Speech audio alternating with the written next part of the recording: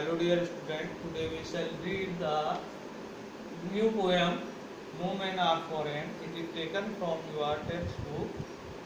In this poem, the poem defines how we introduce our people with his relation and with his clothes and other things we decide.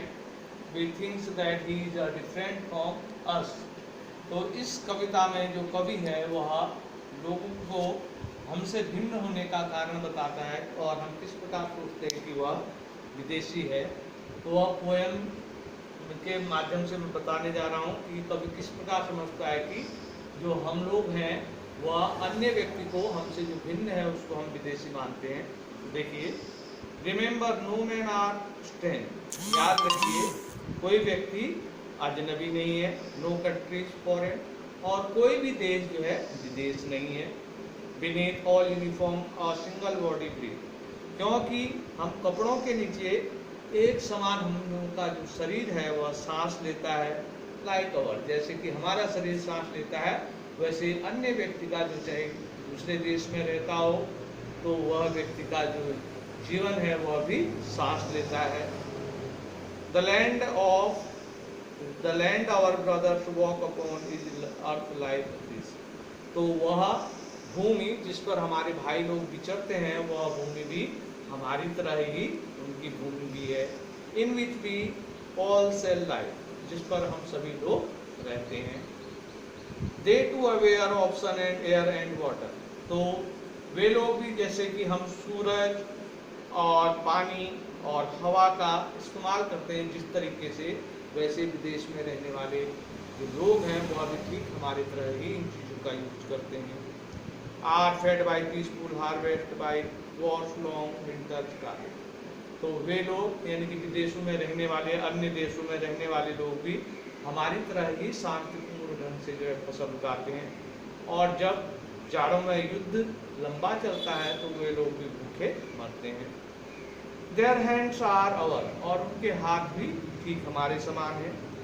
And in their lines we read, and in their lines we read a labor not different from our own, तो उनके हाथ भी हमारे समान हैं और वे भी हमारे समान जो है लाइनों को अध्ययन करते हैं। उनके वहाँ के जो मजदूर हैं वह भी हमारे समान ही हैं, यानी कि उनमें भी कोई अंतर नहीं है, हमारे समान ही वह वहाँ के लेबर वहाँ के मजदूर भी कार्य करते हैं। Remember they have eye like our that away, याद रखिए कि उनकी आंखें भी हमारे समान ही जागती हैं और सोती हैं। And strength that can be bond, और उनकी जो शक्ति है और उनकी जो क्षमता है उसे जीता जा सकता है। कैसे? बाय लव, प्रेम के द्वारा उनकी शक्ति को जीता जा सकता है। In every land is common life, और प्रत्येक भूमि पर एक सामान्य जीवन चलता रहता है। That all can recognise understand, और जिसे कि हम समझ सकते हैं और जिसे कि हम पहचान सकते हैं।